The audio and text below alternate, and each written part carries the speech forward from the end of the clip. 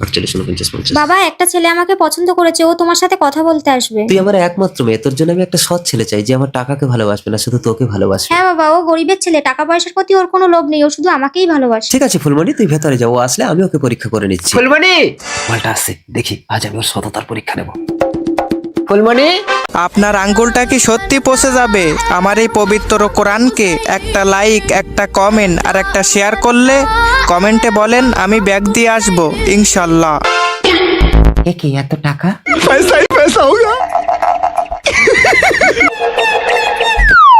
তুমি এসেছো গোপাল?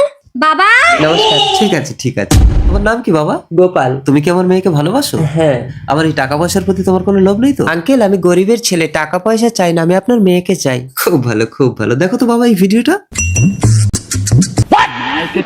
ছি গোপাল, তুমি এত নীচ, এত লোভী, বেরিয়ে যাও আমার ঘর থেকে। আমাকে ভুল বুঝছি। যাবে না? আরে এইসব গরিবের ছেলেরা লোভিয়া, এদেরকে কখনো বিশ্বাস করতে নেই। সামান্য 5,000 টাকার লোভ ছাড়তে পারলো না। বাবা, এই তো তোমার টাকা। তার মানে ছেলেটা টাকা নেয়নি। দেখি ভিডিওটা ভালো করে। হ্যাঁ হ্যাঁ, এই তো টাকাটা হাতে নিয়ে রেখে দিল। গরিবের ছেলেরা সত্যিই সৎ হয়। ওহো, ছেলেটাকে চিন্তা আমি ভুল করেছি মা। যা, তুই চোখ বন্ধ করে ওর সাথে ঘর করবি। এই মাটিতেই